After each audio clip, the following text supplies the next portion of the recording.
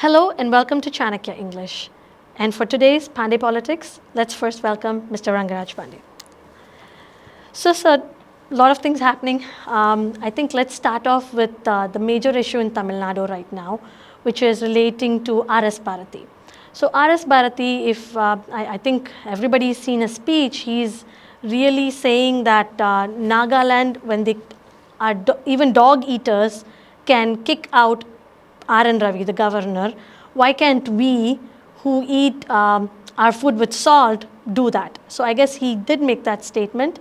And when you listen to it, it does look violent, but his response to that is he's not saying it in a wrong tone. He means it in a good way. It is their culture. I'm only appreciating his culture. But I think the essence of it is it did come out in a wrong way. We are saying something wrong about Nagaland, even though it's a tradition they follow. It is a culture they do where they eat dogs. But how would you take that? How should we take that? Because I think, where do we draw the line, right? There may be some statements which we may think that double meaning sentences. In this statement, he is very clear, very straight. Right. There is no double meaning at all. It's a very straight meaning, and people who knows Mr. R.S. Bharathi, a tall leader of DMK, he was a parliamentarian, he was a headquarters secretary of the party, and he is known for all his controversial remarks.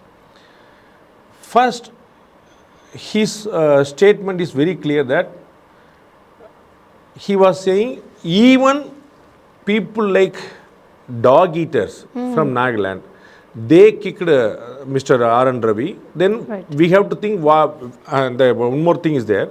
He said in Tamil, we use salt in our food. So what we have to do, that we have to think about. It means he wants the people to kick away Mr. R.N. Ravi, Honorable Governor.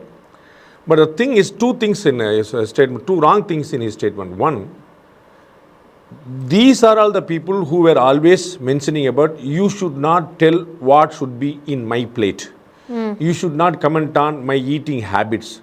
Somebody will have meat, somebody will have other things and all, whether it's a cow or anything else, it's our own choice, our own taste. You cannot claim. Even though cow slaughter is banned throughout India and we have a lot of restrictions and limitations to have it, procedure is also there. It is not only in our constitution but also in our preamble.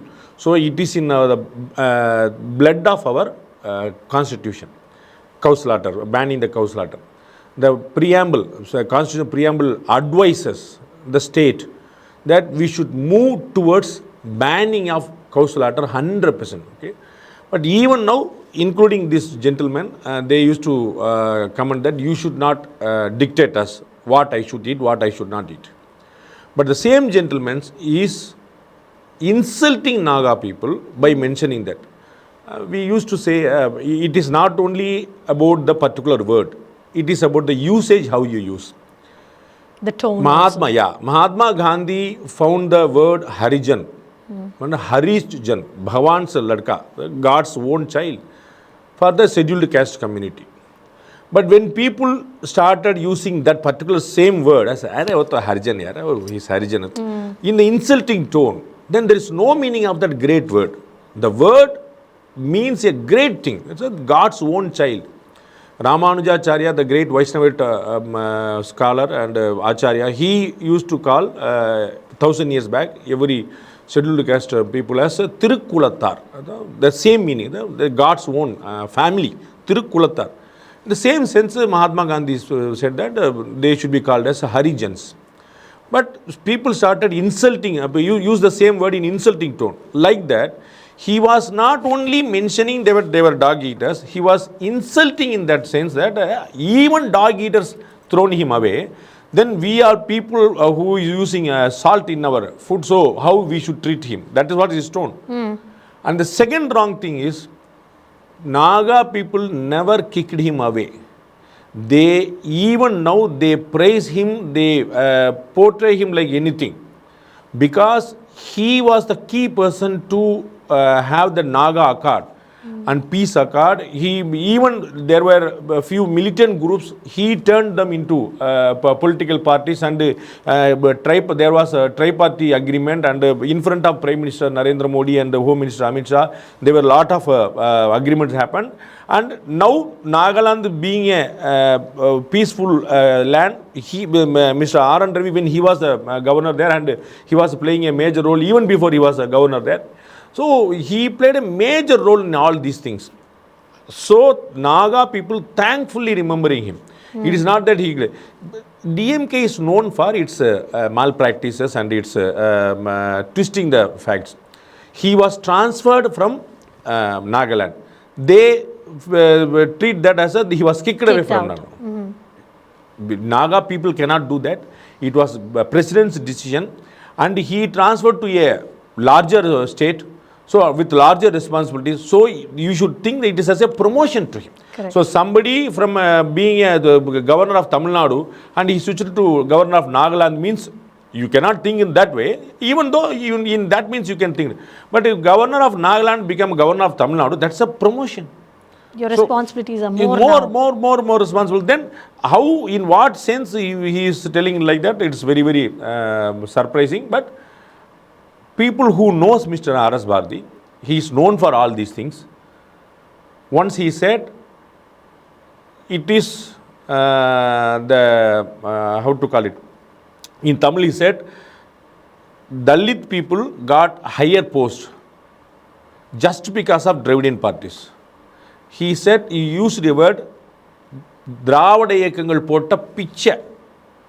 So that is what he used. So to reword what you said, it is what DMK has given them as that the Dalits should be thankful to the DMK for giving them that chance, right? It was not in that sense. It was lower than that. He was not talking about DMK, he was talking about Dravidian parties whole. And the picture is called what we donate, what we give to the beggars. Okay. So in indirect meeting, what he was mentioning, what he was wanted to convey is a great message. Because he was saying that the Dravada Iyakangal pota picture. Why aren't the local people catching these mistakes?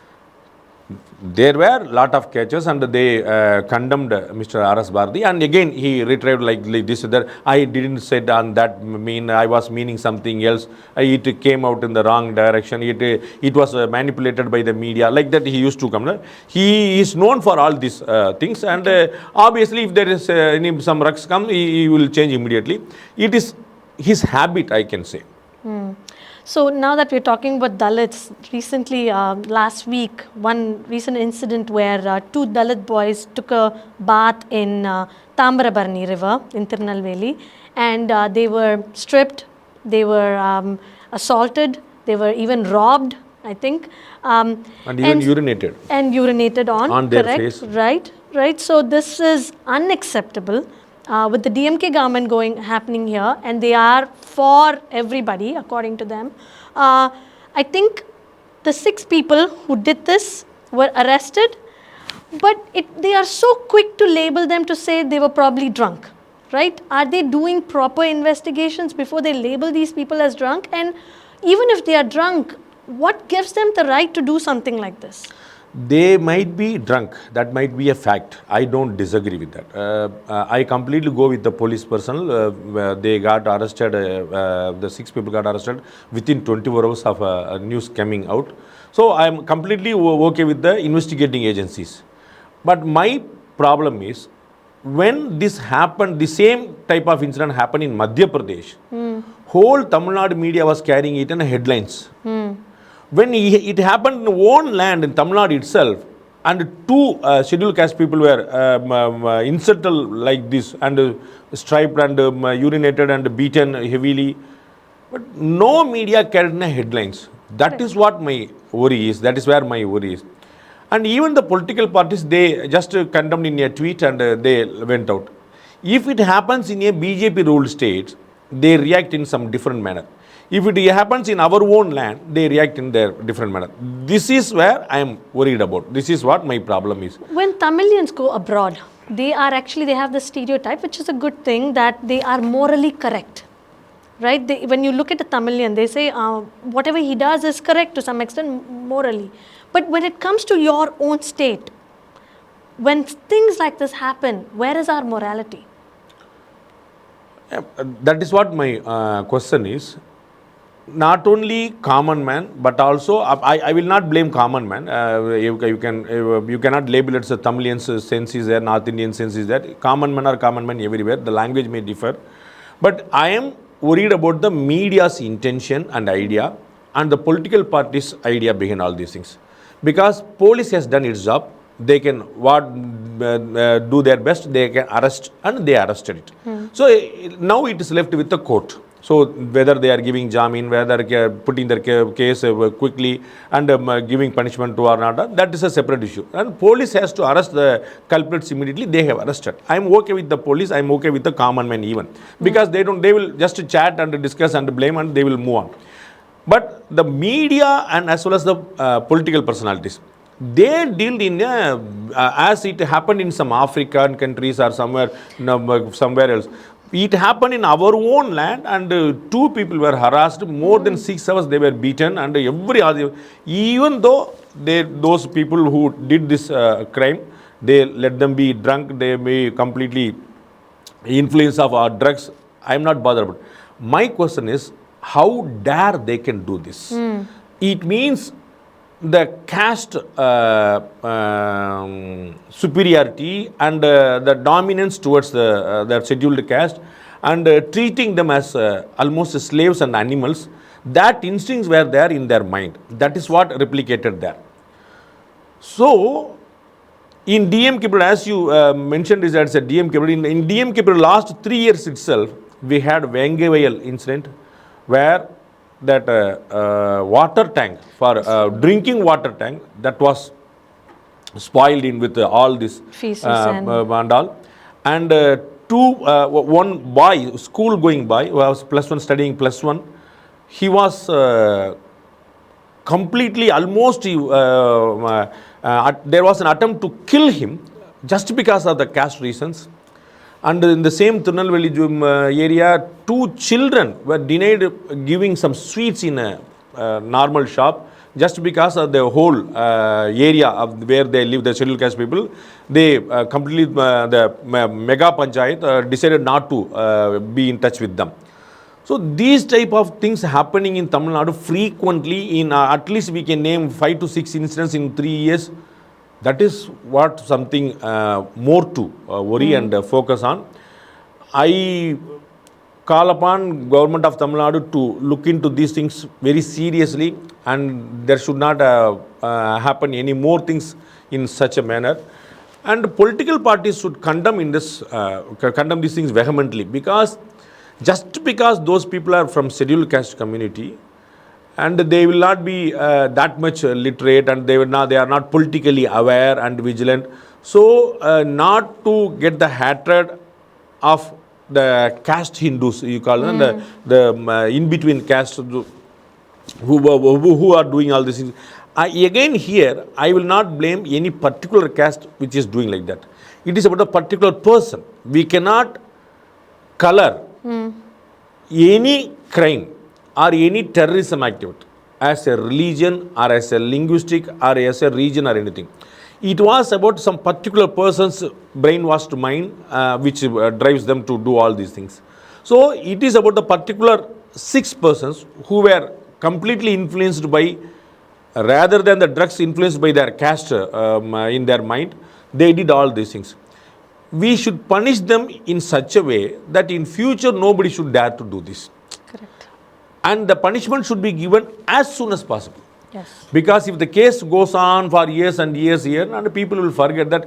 Later, if you say that after 10 years, that 4 years, what is there? Someday he made some mistakes with alcohol influence. After 11 years, you are punishing him for 4 years, 5 years. What is it? So people, it will go around, go away from the people, common man's memory. So we should make them, we should put them in front of the court, in front of the law, as soon as possible, and they should be punished, the culprits should be punished as soon as possible. That is what may give some sort of easy breathing to the affected communities, I think. So the Dalits, Adivasis, all the scheduled castes, overall India, I think the number of violence over them is really high consistently, or in fact, it's growing in the last few years. What is attributing to this? I humbly disagree with it is in increasing numbers. We can check it out with the central government's criminal record bureau. I think it is in the same numbers are decreasing, but the attitude in the common man's mind is same without any doubt. They want to suppress the scheduled caste and scheduled tribes. The supremacy of their caste sense and all, it is always existing. They show in different ways. Somebody does like this incident happened in Tirunelveli. Somebody act like incident happened in Madhya Pradesh. Somebody in different way. So it is not that same way. As we see a gender bias between male and female, certainly the caste bias is there. People, the society as a common man and all the other caste, mostly the other caste, people they have their difference in their mind. That scheduled castes and tribes are not equal to us. They are very, very clear in their mind. So we have to eradicate that mindset from them. Only the mind change will bring a social change. You cannot enact all these things through law, and you cannot enforce everything only through law. You have to make their mind to change. Only then it will be a dream come true. But I think the lot of molestation is happening, that numbers are increasing. I disagree with that. Lot of caste discriminations are increasing. I disagree with that. I may be wrong. Let me also check the numbers. I see there is a decrease in molestations and all. There is a decrease in caste oriented crimes. But of course, even if it happens only once in a year or 10 years, that should not happen. That's what my point is. So it happens very rarely. It means we are okay with that. It doesn't go in that way. It should not happen even once, without any doubt. So the work that politicians are doing, that is still keeping that caste bias in people's mind. That is no Politics is a major reason to keep the caste bias alive. Politicians are the major reason, and I can say might be of course not the only reason. Major reason are politics and politicians. Without doubt, they only keep alive all these incidents, all these happenings. They will keep on doing this. They will say that we are with downtrodden, we are with the scheduled caste. They will say, but they will never encourage. They will practice something, they will say something. You can see double standards in every politician's act. I am not saying that this party is better, this party is worst. Everybody is on the same page. Politicians are the major reasons for all these things. They will encourage this. It's a simple example I can say. I have told this many times in Tamil Nadu audience. For that English audience, I can say this once more. There are separate constituencies for scheduled caste and scheduled tribes for parliament as well as the assemblies. You can see all the political parties nominate their candidates, scheduled caste candidates, in scheduled caste reserve constituencies for parliament as well as. What is a reserve constituency? You cannot, other than anybody, other than SC, cannot fight from a reserved constituency. Other than SC, no one can fight from a reserved constituency. But the scheduled caste can contest from any constituency. Yes. Have you ever seen any political party putting their candidate in a common constituency? They will put all their SC candidates only in reserved constituency. I say if there is 10 constituency for reserve as the reserve one, you put 10 SCs there, and there are 50 open constituencies are there. You put 4 or 5 SCs are there. So 10 from here, 4 from here, you will have 15 Yes. SC candidates and SC MLAs, MPs. Why you are not encouraging that? So they want to limit. Even this happens only because it's a constitutional mandate. If it is not a mandate, even in reserve constituency, they will put only other caste people. So just because it is reserved only for SCs and STs, they are nominating them. So the mindset of every political party, they want to suppress the scheduled caste and scheduled tribe. they want to maintain their supremacy, and they will speak something else in front of the public, and they will do entirely different thing. That they are the major reason for all these things. Okay. So on that same note, so here we have India, which is very diverse. We have a lot of traditions, cultures, a lot of different caste-based differences and things. So one thing for Hindus is Mangala Sutra, right? So when you go to an exam, when they have you remove it for having to write that exam, how would you look at it? Because there's a recent event that happened in Karnataka, and I think it has happened in the past also. For Karnataka civil services exam, they had women remove their Mangala Sutra, their toe rings, everything, all the ornaments, not just the Mangala Sutra. But as a Hindu woman, I would look at it as atrocious, right? Because if a Muslim woman comes and says, remove your hijab, she would not like it. So as a Hindu person, I would not like having to remove a Mangala Sutra. How would you look at it? See, it's a very complicated issue because the crimes happening in the examinations hall is day by day, it's too technical and very techno-savvy, and they are inventing new type of the copying and all the cheating and all. So it becomes very, very tough to have this. So that these controversial things also happening. I am not okay with removing hijab as well as removing Mangal Sutra. But just for information, Mangal Sutra is also very, very divine, mostly in South, not in North India. Correct. Oh, North India, Not they even used to in have that Karnataka. bindi and that sendur and all those things. And here in South India only we have our meti, Toe we ring. use in our ring Right. and foot rings. And we used to have the Mangal Sutra and all. So certainly there should be a balancing act, and that should be informed very earlier. Even when our women in households, they used to change the Mangal Sutra with a new chain or with new Mangal Sutra and all, they have some procedure to change it. Like that, they can find a midway that even in operation theatres, before doing some procedures, they used to remove all these things. Every metal, including gold or silver or Mangal Sutra or bangle or anything, they used to remove. So we can find a midway because it is going to the exams will happen every year.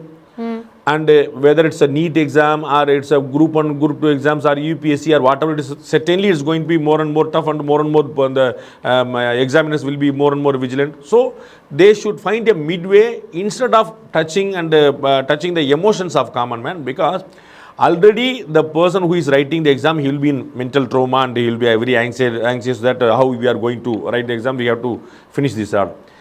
And if you increase their mental trauma by removing their Mangal Sutra and all, sentimentally they will be very much disturbed. So Yes. that will have a great trauma in their brain. So certainly there should be a midway, and that should be informed well before.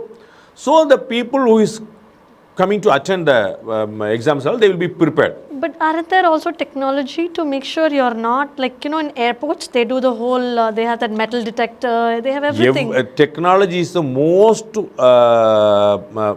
the most of the problems, technology is a solution. Correct. One time, Mr. Narendra Modi ji, Honorable Prime Minister, said, technology means transparency. So Yes. more and more you use technology, more and more you can be very transparent. Yes. So certainly we can use the but it happens in rural areas also. You have to have lot of exam centers in remote areas also. So bringing that scanner and all everywhere. If it happens only in Bangalore or Mysore or Chennai, Kolkata, Mumbai, Centers Delhi, change also. that can happen. But if you take deep route to in villages and third layer, fourth layer cities, that will be a challenge. But everywhere there is a solution. There is no such a problem that you cannot have a solution for with this thing. Every problem has a solution. If you identify a problem, obviously you will have a solution. Correct. When you are unable to diagnose the problem, you will not be able to find a solution also. When you diagnose the problem, obviously we can settle with some solutions. And these things are well determined very well before. So it is not that some sudden thing that incidentally this morning happened like this, so I was unable to do, I was unable to plan myself. It is not so. It's well determined, well fixed. So the people who are going to write the exams and who are conducting the exams, certainly they should find a alternative way for So, this. and with the new mindset where we want to keep our tradition and blend it with technology. Yeah, both should be there. Yes. Both should exist at the same time. Okay. So, sir, the next thing I want to talk about is the current voting election polls that's happening in Mizoram and Chhattisgarh. So, these are, I think, the major highlight here is these are Naxal areas, right? And I believe some of the places in Mizoram, they've not had elections for 23 years or so, and now they're having it. So what is your prediction around this place? Like, are they going to have Naxal problems? Because I think Chhattisgarh already had an issue where the Jawans were attacked. As well as a BJP candidate was killed in Chhattisgarh. Correct. So how do you see this happening? I won't say the whole state of Mizoram as well as Chhattisgarh is affected with Naxal.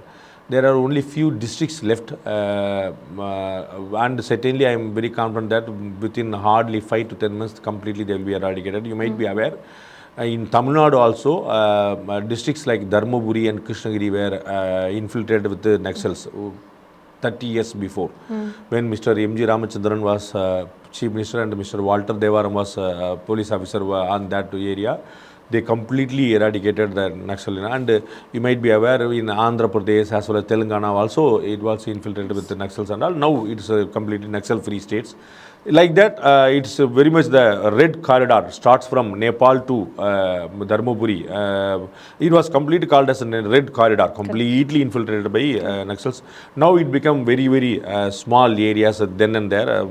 So that even in Mizoram as well as in Chhattisgarh, I strongly believe that within very few next years, we will come out of all those Naxal inflation and Naxal influence.